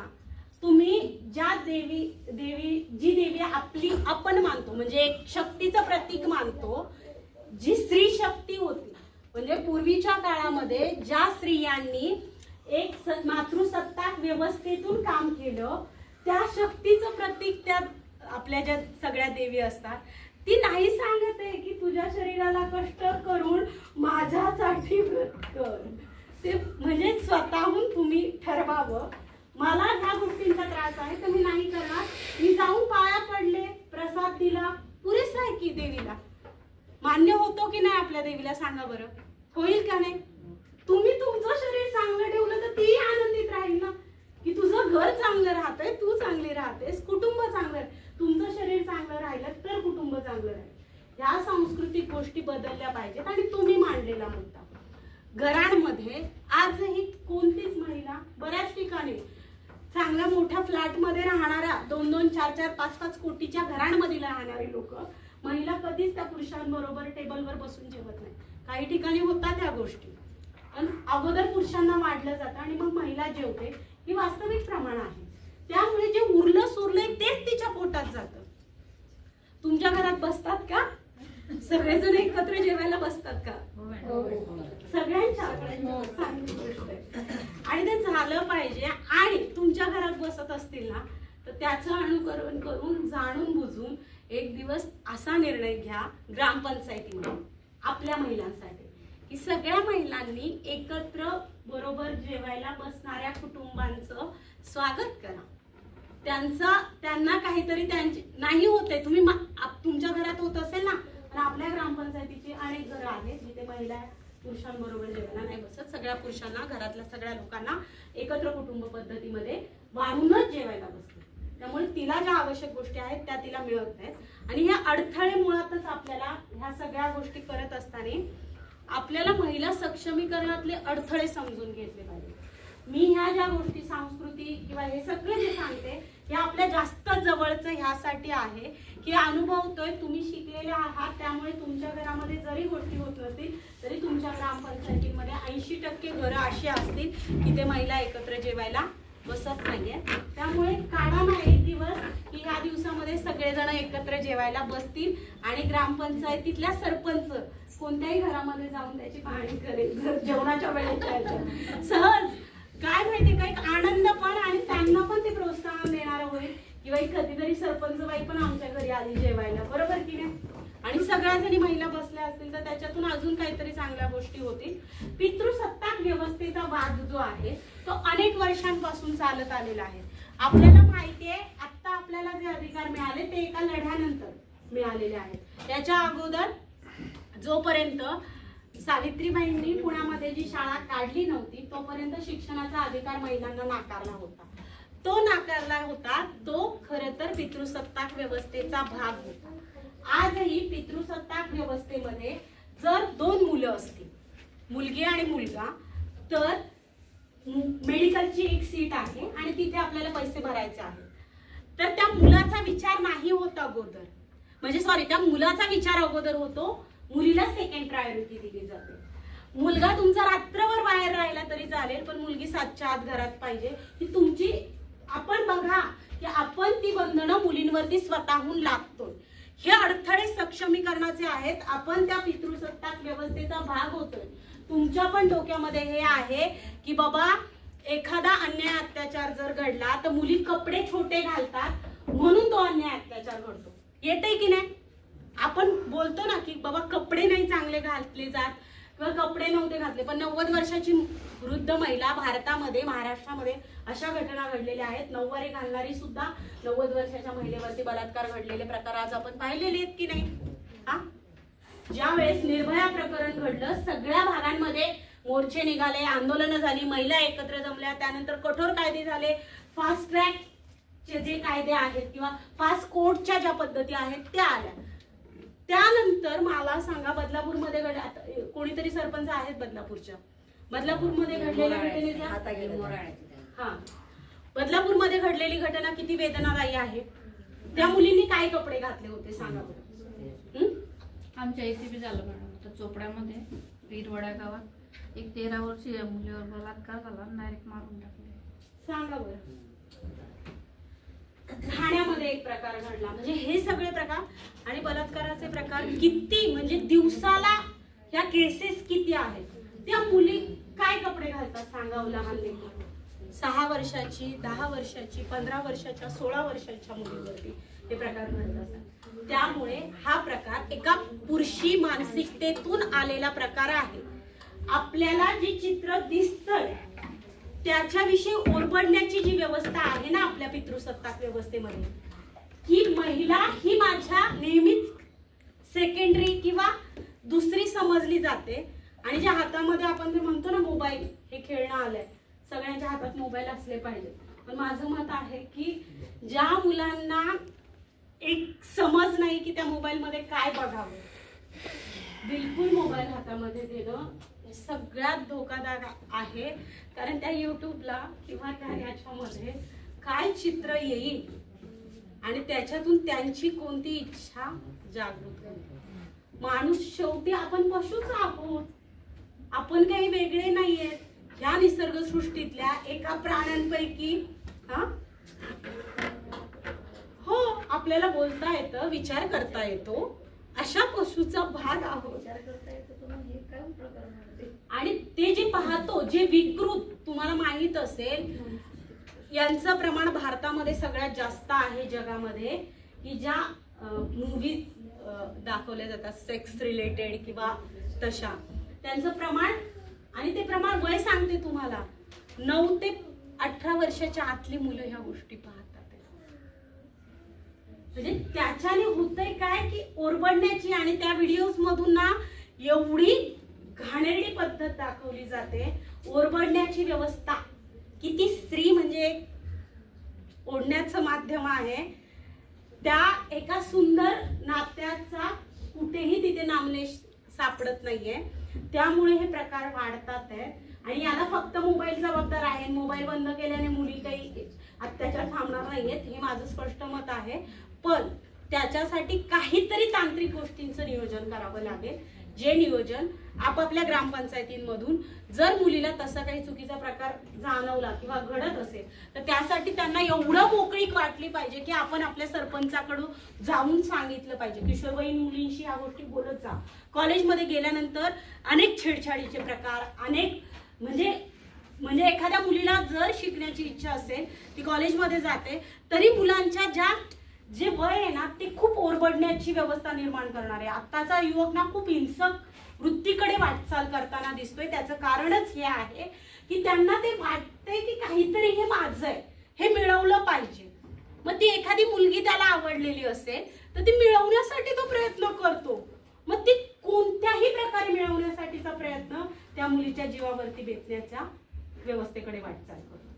म्हणून किशोरवयीन मुलींशी बेसिकली आणि मुलांशी पण, त्या मुलांशी सुद्धा आपण बोललं पाहिजे. त्यांच्यासाठी स्वतंत्र सेशन, कारण मुलांच्या शरीरामध्ये होणारे बदल आपण ही गोष्ट नाकारतोय.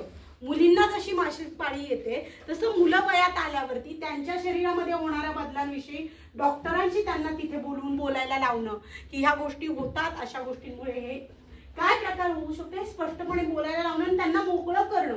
तेव्हा ती मुलं ह्या सगळ्या ओरबडणाऱ्या व्यवस्थेकडून कुठेतरी आपल्याला एक समाजामध्ये सक्षमीकरणाची, समान पातळीची जर भावना निर्माण करायची असेल, मुलं मुली एकत्र चर्चेला बसणं म्हणजे काही त्याच्यामध्ये चुकीचं नाहीये.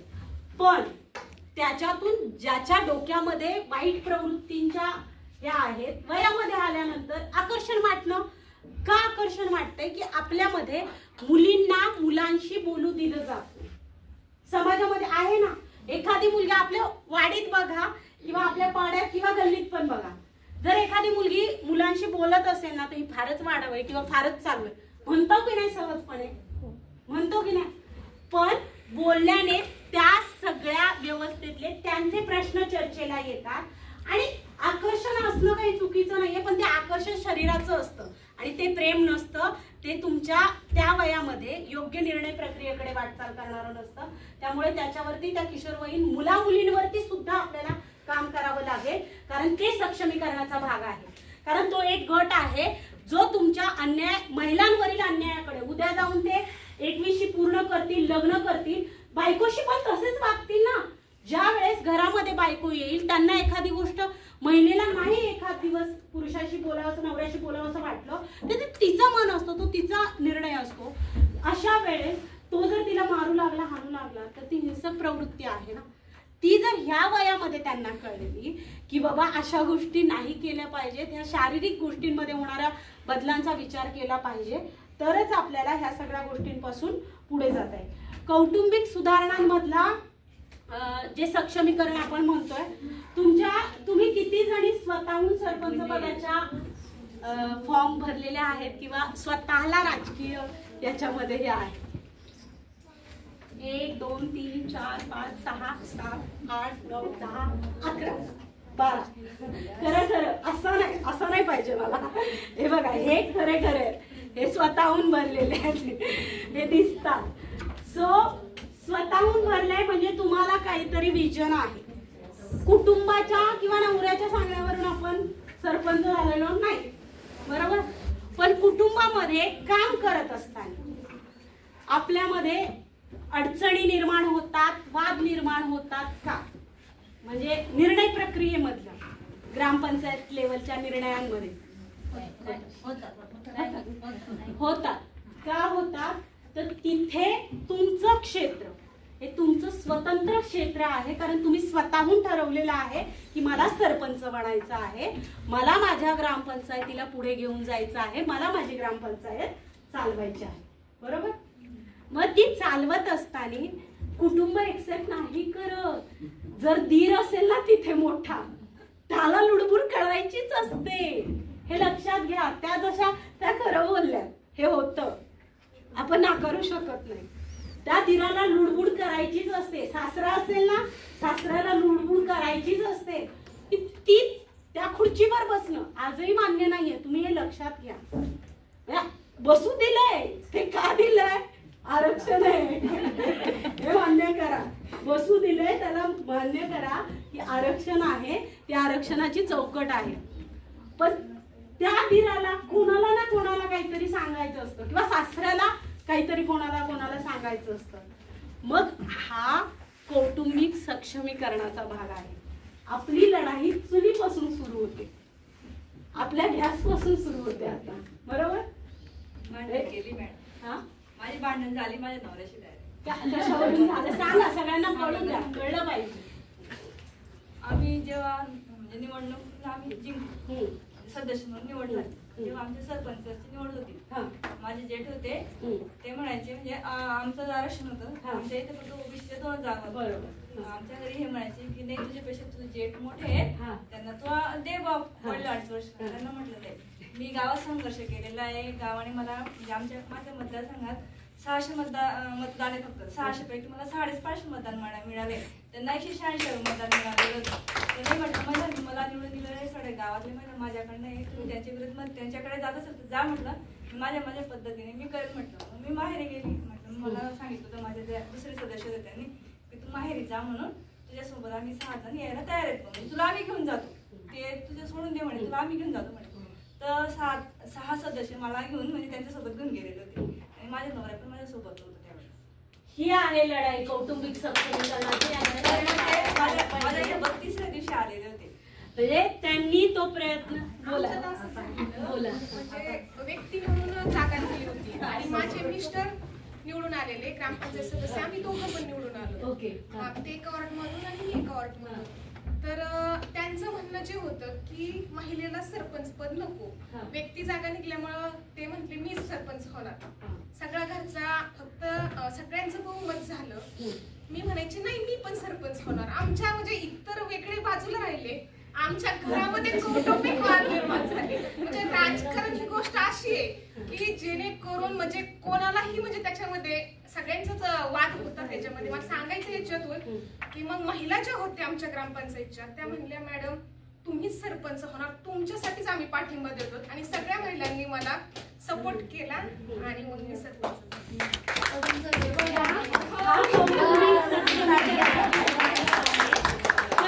मी ते सांगते की ह्या गोष्टी राजकारण म्हणतोय आपण, आता शेवटच्या टप्प्यामध्ये येऊयात ह्या की लोकशाहीचं बळकटीकरण.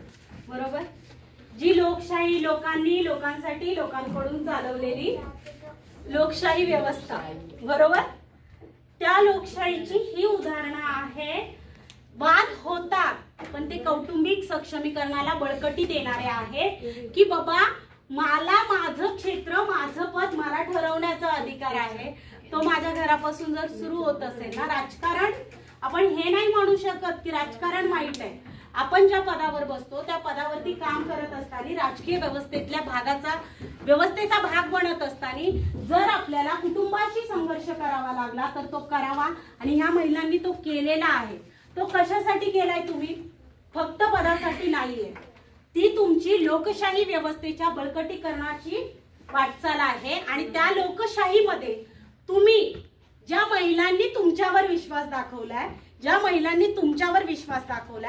त्या महिलांचे प्रश्न मांडणं, त्या महिलांची भाषा बोलणं, आणि फक्त बोलणं नाही, त्या महिलांना तुमच्या नंतर बोलतं करणं, मुद्दे मांडायला शिकवणं, तुमचे प्रश्न निर्भयपणे कोणत्याही अधिकाऱ्यासमोर सक्षमपणे मांडता येणं, तुमच्यासारखी ताकद त्यांच्यामध्ये, म्हणजे माझ्या नंतर माझ्या मागे माझ्या 100 महिला सेम मांडणी करू शकतील, त्यांचे प्रश्न तेवढ्याच सक्षमपणे मांडू शकतील.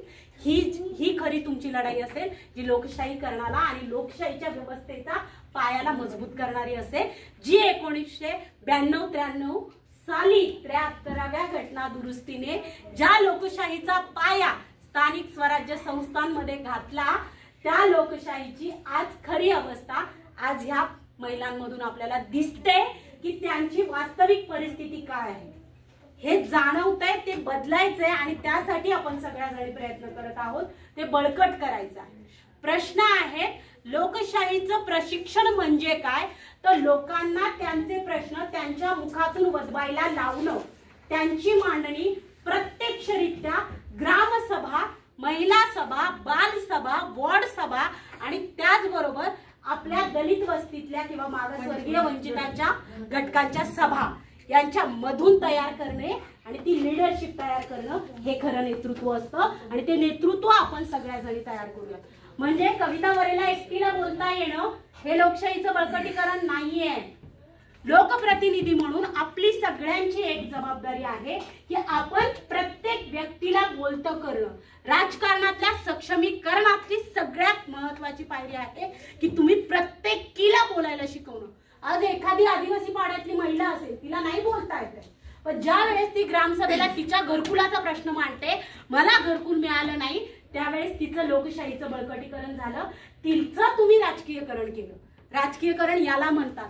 त्या व्यक्तीला, त्या वंचितांना ज्यांना त्यांचे अधिकार मिळालेले नाहीयेत ते मिळवून देण्यासाठी त्यांना बोलतं करायला लावणं हे लोकशाही प्रश्नांवरती काम करण्याची सगळ्यात मोठी पायरी, सगळ्यात खालचा टप्पा आपण आहोत सगळ्याजणी. त्यामुळे ह्या बळकटीकरणासाठी तर आपण प्रयत्न करू, पण त्यासोबत पुढचा जो मुद्दा आहे राजकीय निर्णय क्षमतेतला, याच्यामध्ये लोकशाहीचं विकेंद्रीकरण झालेलं आहे. बोला. आमच्या इथं म्हणजे काही लोकांना 30 ते 40 लोक आहेत, त्यांना शासनाने जागा दिलेल्या आहेत. मग त्यांच्या 8 नंबरला शासन लागलेलं आहे. म्हणजे ते खूप वेळ होऊन गेले, 30 वर्ष झाले असेल त्यांना. तर मग तरी पण आमचं म्हणजे शासन लावलं त्यांना. तर मी आता मालकी हक्क करून दिलेले त्यांना आणि त्यांना घरकुल दिलेलं आहे. काही ऑब्जेक्शन उठेल का बुवा? घरकुलाचे ज्यावेळेस कागदपत्र असतात ना, त्यावेळेस एखादी वस्ती आता नंतर घरकुल दिलं तर त्यांना आपण तर सरकार लावणारच आहे. हो हो, बरोबर आहे का? ते घरपट्टी देण्याच आहे ना, त्यानंतर एकदा बांधली झाली मग ते बरोबर केलंय का बुवा? म्हणजे त्याच्यावरती त्यांच्या सातबाऱ्यावरती शासन लागलेलं. शासन जाग होतं फक्त आता घरकुल टाकायसाठी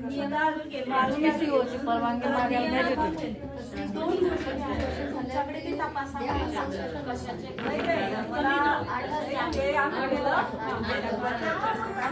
मला तुम्हीच सांगा आता, म्हणजे विकेंद्रीकरण कसं झालेलं आहे सांगा कोणी एक जणी.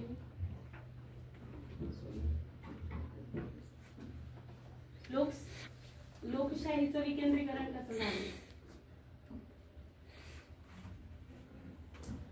आपल्या काही राजकीय संस्था आहेत की नाही, वरतून खालीपर्यंत आपण शेवटचा भाग आहोत ना. केंद्र सरकार, राज्य सरकार, जिल्हास्तरीय पंचायत समिती, ग्रामपंचायत.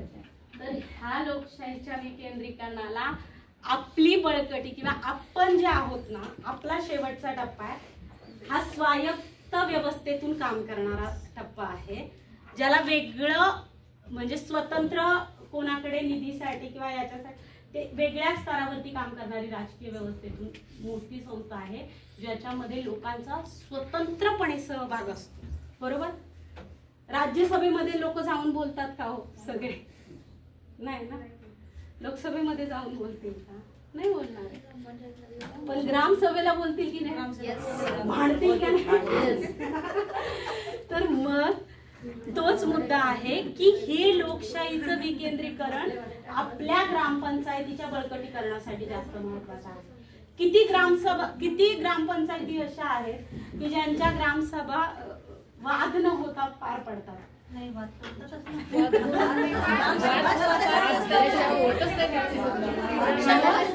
ती खऱ्या लोकशाहीचा आधार आहे की त्या लोकशाहीच्या आधारामध्ये त्या स्थानिक स्वराज्य संस्थांमध्ये, ग्रामपंचायतींमध्ये तुम्ही नेतृत्व करता आणि त्याच्यामध्ये तुमचा आवाज ज्या वेळेस चढलेला असतो, समोरून येणाऱ्या आवाजांपेक्षा प्रश्न योग्य पद्धतीने मांडणं, म्हणजे आलेल्या प्रश्नांवरती योग्य रीतीने मांडणी करत असताना तो बळकटीकरणाचा आवाज जो आहे तो लोकशाहीचा आधार बनतो.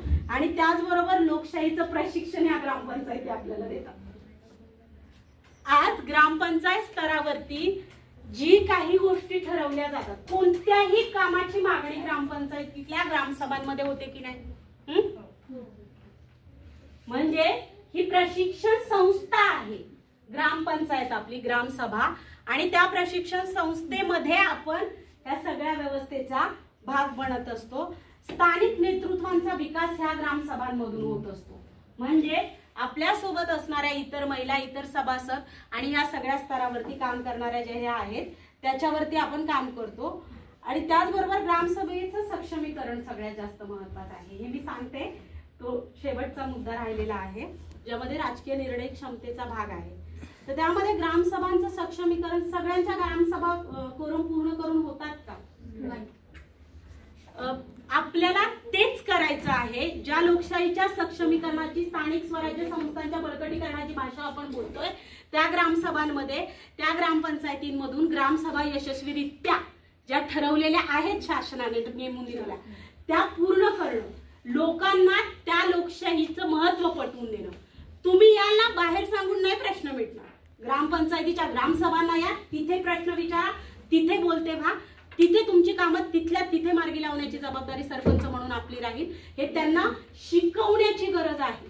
आणि ते मला वाटतं आपण ह्या प्रशिक्षणावरून गेल्यानंतर प्रत्येक ग्रामपंचायत, आज तुम्ही एवढ्या जणी इथे बसलेला आहात, प्रयत्न करेल की निदान ग्रामसभा झाल्या पाहिजेत, कोरम पूर्ण करून झाल्या पाहिजेत, आणि प्रश्न ग्रामसभा झाल्यानंतर जे आलेले मुद्दे आहेत ते एकत्र घेऊन बसून मार्गी लावणं. आता हा जो चार्ट आहे, आता हे आम्हाला मी काही उदाहरणं म्हणून तुम्हाला हे सगळं तुमच्या समोर ठेवते. हिरकणी कक्ष किती ग्रामपंचायतींमधून आहे? शासनाचा निर्णय आहे, तुम्हाला माहिती आहे, GR आहे शासनाचा. त्या GR मध्ये फार मोठी गोष्ट नाही करायची व आपल्याला. त्या हिरकणी कक्षाचं महत्व काय आहे? आता इथून परत गेल्यावरती त्या हिरकणी कक्षाच्या प्रयत्नांसाठी आपल्याला प्रयत्न करावे. करा.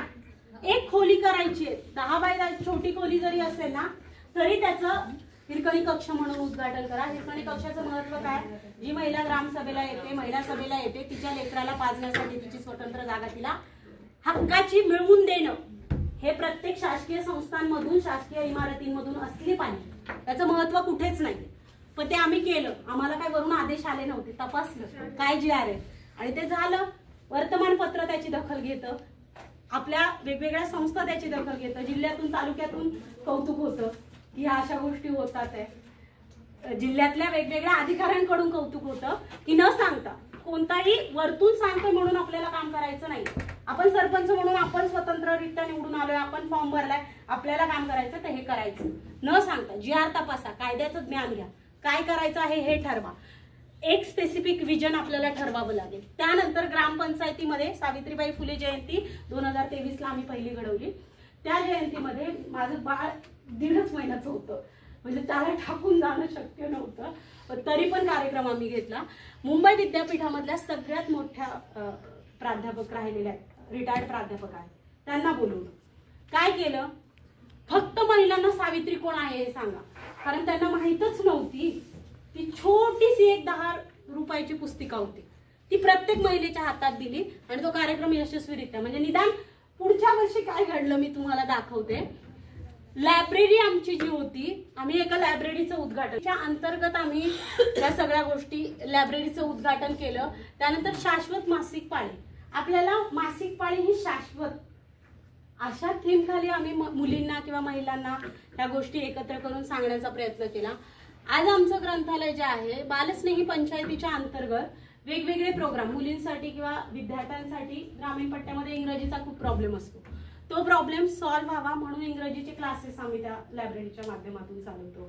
बालस्नेही पंचायतीच्या अंतर्गत आम्ही अजून एक गोष्ट केली, ज्या इथे मी दाखवलेल्या नाहीये, की 0 ते 6 वयोगटातली आपल्या ज्या अंगणवाडीतली वर्ग आहे, तो काही आपला मतदार नाहीये, बरोबर, पण त्या मुलांसाठी स्वतंत्र क्लास दर 2 महिन्याने, आई आणि वडील हे दोघंही त्या सेक्शनला असले पाहिजेत. म्हणजे आपल्या अंगणवाडीमध्ये जेवढी मुलं आहेत, 14 मुलं आमच्या एका अंगणवाडीमध्ये आहेत आणि दुसरी मुलं आमच्या एका 3 अंगणवाड्या आहेत आमच्याकडे. एका अंगणवाडीमध्ये 17, एका अंगणवाडीमध्ये 14 आणि एका अंगणवाडीमध्ये काहीतरी 20 मुलं आहेत. तर हा आकडा का सांगते, तर त्या मुलांच्या आईची जबाबदारी नाही मुलांना वाढवण्याची. बालस्नेही पंचायतीचा गोल आपल्याला जर साध्य करायचा असेल तर हा वर्ग बेस आहे, जे भ्रष्टाचाराचं, अन्यायाचं, अत्याचाराचं आणि सक्षमीकरणाचं मूळ आहे. ते ह्या मुलांच्या जर डोक्यात आपण घालू शकलो तर ते कधीही न बदलणार आहे. जे संस्कार ह्या मुलांना अपेक्षित आहेत ग्रामपंचायतीमध्ये किंवा ज्या वर्गामध्ये, ते सेशन्स घेतले आणि आई वडील दोन्ही पालकांना तिथे बोलवलं. सुट्टी काढा पण त्या सेशन्सला उपस्थित राहा. एक मुलांवरती संशोधन करणारी एक मैत्रीण होती माझी, तिला मी ग्रामपंचायतीमध्ये बोलवलं आणि पालकांना, बाबांना आणि आईला दोघांनाही बसून ती सेशन्स आम्ही कंडक्ट केली. ती बाणस्नेही पंचायतीच्या अंतर्गत पुढे गेली. त्यानंतर पहिल्यांदा आम्ही ज्यावेळेस निवडून आलो हे स्वच्छता अभियान राबवलं. महिलांसाठी सेंद्रिय शेतीच्या निगडीत कार्यक्रम घेतले पाहिजे. हे काही शासनाने नव्हते सांगितले कार्यक्रम. त्या व्यतिरिक्त महिलांनी स्वतःहून गावाची स्वच्छता केली, सहभाग नोंदवला. ह्या कार्यक्रमामध्ये गावातल्या वेगवेगळ्या सेंद्रिय शेतीसाठी आपण 3 दिवसाचं शिबिर घेतलेलं आहे आणि त्या 3 दिवसाच्या शिबिरांमध्ये आम्ही पुढे गेलो. अजून एक महत्त्वपूर्ण उद्देश आम्ही साध्य केला. कोणत्या कोणत्या ग्रामपंचायतीमध्ये महिलांची नावं घरपट्टीला आहेत तुमच्या?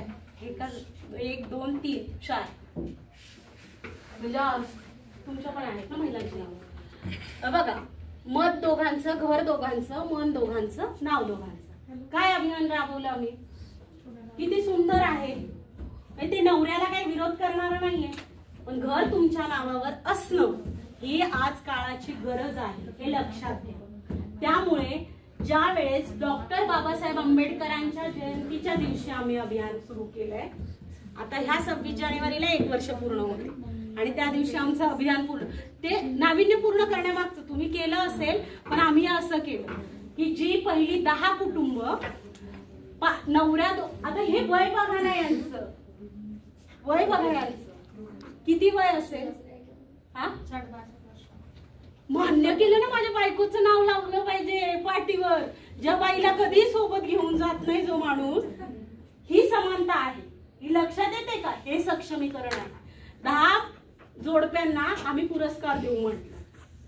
तुमचा सन्मान 26 जानेवारीला आम्ही करू. पण यांनी जे केलंय ना ते फार कौतुकाचं आहे की ज्या रूढी परंपरांमुळे महिलेला दुय्यम स्थान होतं ते एवढ्या वयामध्ये ह्या व्यक्तींनी जुगारली ती गोष्ट.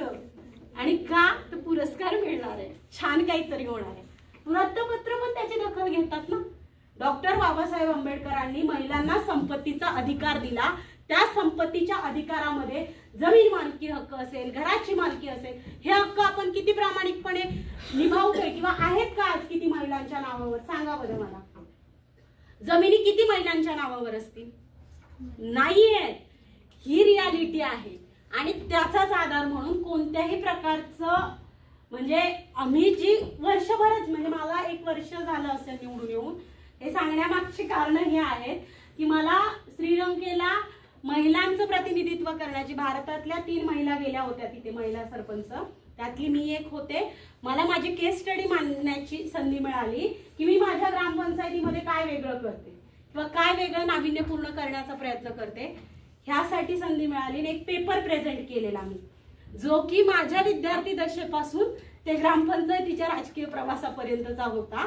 त्याच्यामध्ये मिळालेली संधी, सगळा जो कॉमन लोकल गव्हर्नमेंट फोरम आहे यांच्या माध्यमातून आमचा सगळा खर्च झाला होता. म्हणजे विमानाने जाण्यापासून ते तिथे राहण्यापासून आम्हाला चांगल्या हॉटेलमध्ये राहण्याची संधी मिळालीच. पण त्या कॉमनवेल्थ परिषदेमध्ये वेगवेगळ्या देशामधल्या, आशियाई देशातल्या महिला सरपंच होत्या. त्यांना त्यांच्या याच्यामध्ये काउन्सिल मेंबर म्हणतात, निवडून आलेल्या, ते तिथे होते. त्यांच्याशी बोलण्याची संधी मिळाली, त्यांचे अनुभव शिकण्याची संधी मिळाली. आणि दुसरं महत्वाचं, हा जो लेख आहे हा माझ्या विद्यार्थी आत्ता मागच्याच महिन्यामध्ये तायवानला यंग लीडर म्हणून जाण्याची संधी मला मिळाली की जी महिला मला ग्रामपंचायतीची सरपंच म्हणूनच मिळालेला आहे संधी. हा गेल्या वर्षभरामध्ये मी सांगते तुम्हाला, तायवान मधल्या त्या देशातले पॉलिसी समजून घ्यायला आणि यंग महिला म्हणून तिथे मला प्रेझेंटेशन करण्याची संधी मिळाली. आणि त्याचबरोबर माझं ऍक्टिव्हली पार्टिसिपेशन मला तिथे मांडण्याची संधी मिळाली. ही खूप मोठी गोष्ट आहे. म्हणजे तो सगळा खर्च फॉरेन मिनिस्ट्रीने केलेला, ते सेंट्रल गव्हर्नमेंटच्या. मला 1 रुपयाही नव्हता किंवा आपल्याही गव्हर्नमेंटचा 1 रुपयाचाही खर्च त्याच्यामध्ये नव्हता.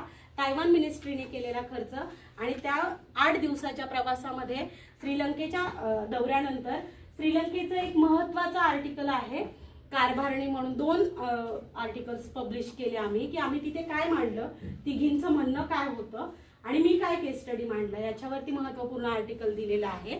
आणि त्या आर्टिकलच्या आधारावरती आम्ही महत्वाचं काय की तायवानला जी यंग लीडर म्हणून संधी मिळाली ती कशी मिळालेली आहे, ती अशीच नाही मिळालेली. ती संधी ह्या सगळ्या गोष्टी न सांगता करण्याने शासन किंवा बीडीओ किंवा ग्रामसेवक सांगते म्हणून नाही. ग्रामसेवकाच्या अधिपत्याखाली काम करणं हे आपलं काम नाहीये. ग्रामसेवक आपले कर्मचारी आहेत हे लक्षात ठेवा आणि त्याच्या अंतर्गत आपल्याला राजकीय प्रक्रियेचा भाग व्हायचंय, काम करायचंय. त्यामुळे ह्या सहज संधी मिळत नसतात आपल्याला. त्यामुळे पुढे जात असताना एक लक्षात ठेवा, हे सांगण्यामागचं फक्त तुम्हाला प्रेरणा देण्याचं कारण आहे की गेल्या वर्षभरातच आम्ही हे साध्य केलेलं. 1च वर्ष सरपंच होऊन 2 फॉरेन ट्रिप मिळाल्या ज्या शासनाच्या होत्या, शिकवणाऱ्या होत्या, महिला प्रश्न, जेंडर इक्वॅलिटी आणि महिला समानतेवरती प्रकाश टाकणाऱ्या होत्या. जे मला मांडता आलं, समजून घेता आलं, इतर महिला सरपंचांशी बोलता आलं, अधिकाऱ्यांशी बोलता आलं आणि त्यांच्या लोकल गव्हर्नमेंट फोरम मध्ये काम करणारे अधिकारी जे होते, मेन ऑफिसर्स तिथे आलेले, आपल्या सेंट्रल गव्हर्नमेंट मधले अनेक अधिकारी तिथे होते, त्यांच्याशी बोलण्याची संधी मिळाली. आता हे सगळं का शक्य झालं तर त्याची अनेक उदाहरणं आहेत. म्हणजे आमचं दर महिन्यामध्ये काही ना काही ऍक्टिव्हिटीज गेल्या वर्षभरामध्ये होत होती. त्याची दखल घेणं न घेणं हे शासनाचं, तिथल्या अधिकाऱ्यांचं आणि त्याचबरोबर आपल्या पंचायतीची व्यवस्थेचं काम आहे. पण मी हे सांगण्यामागचा महत्वाचा उद्देश आहे की आपण ज्या ग्रामपंचायतीमध्ये काम करतोय म्हणजे ह्या संधी तुम्हालाही उपलब्ध आहे, एक सांगण्यामागचं कारण आहे. आणि दुसरं, ज्या जिल्हा परिषदेच्या स्तरावरती 33 जिल्हा परिषद आहे बरोबर, तिथे 18 महिला आरक्षित पद आहेत. म्हणजे 18 अध्यक्ष ह्या महिलाच झाल्या पाहिजे. त्यानंतर पंचायत समिती 351 आहेत, त्याच्यामध्ये 81 महिला आरक्षित पद आहेत. आपल्या ग्रामपंचायतीमध्ये 27,900 आहेत बरोबर ग्रामपंचायती आणि त्यामध्ये 13,930 पद आहेत. हे एवढा मोठा आवाका आहे. 18, 181 आणि 13,930 ही लीडरशिप आहे. आणि ही मूठ जर आपण आवडली, एकमेकींना सहकार्य करत गेलो, सक्षमपणे पुढे होत गेलो, समजून घेत गेलो, तयार होत गेलो, एकमेकींच्या ग्रामपंचायतींमधून जात गेलो, येत गेलो, समजू लागलो प्रश्न कसं काम करतायत, कुठे काम, कोणाच्या ना कोणाच्या काही ना काही ऍक्टिव्हिटी चाललेल्या असतात. त्या ऍक्टिव्हिटी आपल्याला ह्या सगळ्या राजकीय सक्षमीकरणाकडे पुढे घेऊन जाणार आहेत. ग्रामपंचायतीमध्ये घडणारा एक वेगळा कार्यक्रम तुमच्या तालुक्याच्या वेगवेगळ्या वर्तमानपत्र, पुढारी, लोकसत्ता, त्याचबरोबर महाराष्ट्र टाइम्स, आमच्या अनेक ग्रामपंचायत, आमची ग्रामपंचायत केवढी आहे 1,500 लोकसंख्येची, तरी आमच्या कार्यक्रमांची दखल घेतली जाते. का घेतली जाते की ते कार्यक्रम नाविन्यपूर्ण राबवण्याची क्षमता आपण दाखवली पाहिजे. काय आहे, आपल्याला जे 9 गोल साध्य करायचे आहेत ते करत असताना आपण एकच गोष्ट समजून घेतली पाहिजे. कलम 243A ते कलम 243O मध्ये ज्या राज्य व्यवस्थेशी, पंचायत समितीशी निगडीत तरतुदी केलेल्या आहेत त्या प्रत्येकीने मात्र वाचल्या पाहिजे. काय तरतुदी आहेत, त्या कशा आहेत आणि कशा साध्य करायच्या आहेत. 1 जानेवारी 2016 ज्या 9 थीम तयार केल्या आणि त्या आपल्याला साध्य करायच्या आहेत 2030 पर्यंत. आता आहे 2024. किती वर्ष आहेत आपल्या हातात? 5 वर्ष. आपला कार्यकाळ किती आहे? 2 5 वर्ष, काही आत्ताच निवडून आले असतील माझ्यासारख्या, त्याच्यामुळे आपल्याकडे 4 वर्ष 5 वर्ष शिल्लक आहे बरोबर. तर त्या 5 वर्षामध्ये गरिबीमुक्त गाव, आरोग्यदायी गाव, बालस्नेही गाव, जलसमृद्ध गाव, स्वयंपूर्ण पायाभूत सुविधायुक्त गाव, सामाजिक दृष्ट्या सुरक्षित गाव, सुशासनयुक्त गाव आणि लिंगभाव समानता गाव, ह्या 9 थीम आपल्याला साध्य करण्यासाठी काय करायचंय, एक डोक्यात ठेवा, प्लॅनिंग, स्ट्रक्चरला 2च थीम घ्या एका वर्षासाठी. पहिल्या वर्षामध्ये आम्ही 5 पंचसूत्री निवडली. पंचसूत्रीवरच काम करायचं, शिक्षण, महिला आणि शेतकरी, त्याचबरोबर अंगणवाड्या आणि आमच्या जिल्हा परिषदेच्या शाळा. ह्या 5 थीम वरती आम्ही काम करत गेलो आणि हे साध्य होत गेलं पुढे. त्याचबरोबर 9 थीम साध्य करण्यासाठी 2च गोष्टी निवडा 9 थीम पैकी. 5 वर्षामध्ये सहज साध्य होतील की नाही, शासनाचाही तोच गोल आहे. म्हणजे आपण जे साध्य करू किंवा जे काही हे करू ते राजकारण फक्त आपलं भविष्य ठरवणार नाही. म्हणजे ज्या राजकारणाच्या आधारावरती तुम्ही कोणाचाही आधार न घेता निवडून आलेला आहात अनेक जणी, त्या राजकारणामध्ये तुमचं भविष्य काही सरपंच पदापुरतं मर्यादित राहावं का? सांगा बरं, आहे का नाही? पुढच्या काही आकांक्षा कोणाच्या आहेत? काय आहे? सांगा काय बरं, कोणाला काय बनायचंय? फक्त सरपंच म्हणून झालं संपलं, आरक्षण होतं म्हणून? हा नाही मॅडम, मी एक प्रश्न विचारतो. विचार. तुम्ही तर निवडून आल्या आता फक्त सरपंच पदासाठी, मग हे दिशा कशी मिळवली बुवा तुम्ही? आता लेक्चर म्हणून आम्हाला लेक्चर देताय. तेच सांगते की हे जे करते ना त्या करण्याच्याच आधारावरती हे सगळं पुढे तुम्हाला प्लॅटफॉर्म. आता तुम्ही जे बोलल्या की एका वर्षामध्ये बुवा 2 बाहेर ट्रिपा झाल्या बुवा, तर त्या कशा बुवा? असं म्हणजे डायरेक्टली तर तुम्ही सरपंच झाल्या आणि डायरेक्टली तर तुम्हाला ऑफर आली नाही की बुवा चला बुवा बाहेरच्या देशात जा. तर त्याच्या अनेक वर्षांपासून ह्या सगळ्या गोष्टींवरती, राजकीय व्यवस्थेवरती, विद्यार्थी चळवळीवरती काम आहे. आणि ते करत असताना एका वर्षामध्ये ग्रामपंचायतीमध्ये जे साध्य केलेलं आहे त्याच आधारावरती ह्या गोष्टी मिळत जातात. तुम्हाला असं वाटेल की तुमच्या कामाची कोणीच दखल घेत नाही किंवा पाहत नाही.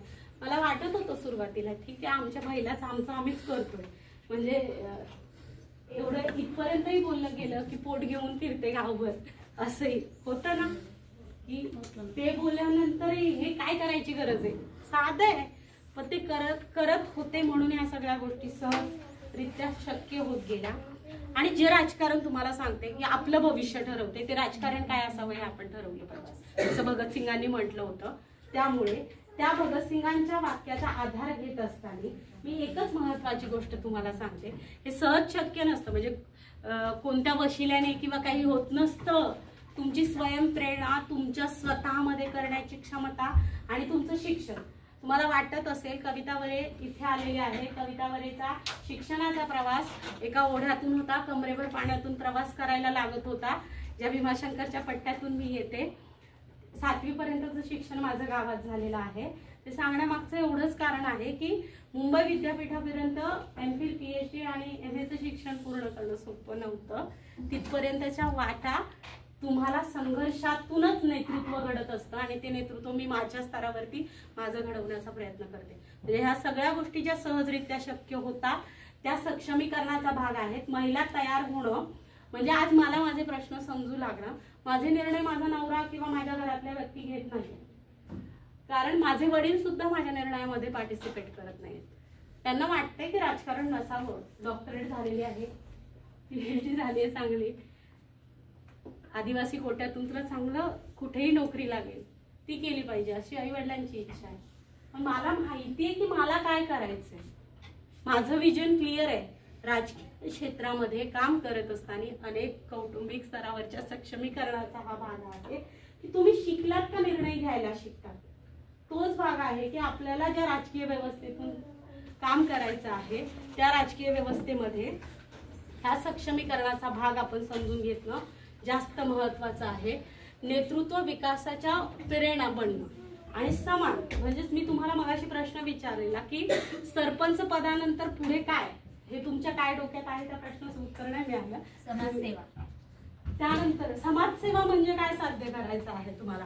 तुम्ही राजकारणात आहात, समाजसेवा करत असताना तुम्ही राजकीय नेतृत्व करताय, सरपंच आहात म्हणजे राजकीय विजन क्लिअर हवं. तुम्ही ज्या राजकीय तुमचा जो मतदारसंघ आहे, तुमचं गाव आहे, त्या मतदारसंघामध्ये काम करत असताना निर्णय क्षमतेबरोबर तुम्हाला तुमची विजन्स ठरवावी लागते. ती जोपर्यंत तुम्ही नाही ठरवणार ना तोपर्यंत तुम्हाला राजकीय व्यवस्थेतलं सक्षमीकरण हाती नाही लागणार आहे. पंचायत समिती घेऊन, जिल्हा परिषद घेऊन, आमदार हे अपेक्षित आहे. म्हणजे हे झालं पाहिजे.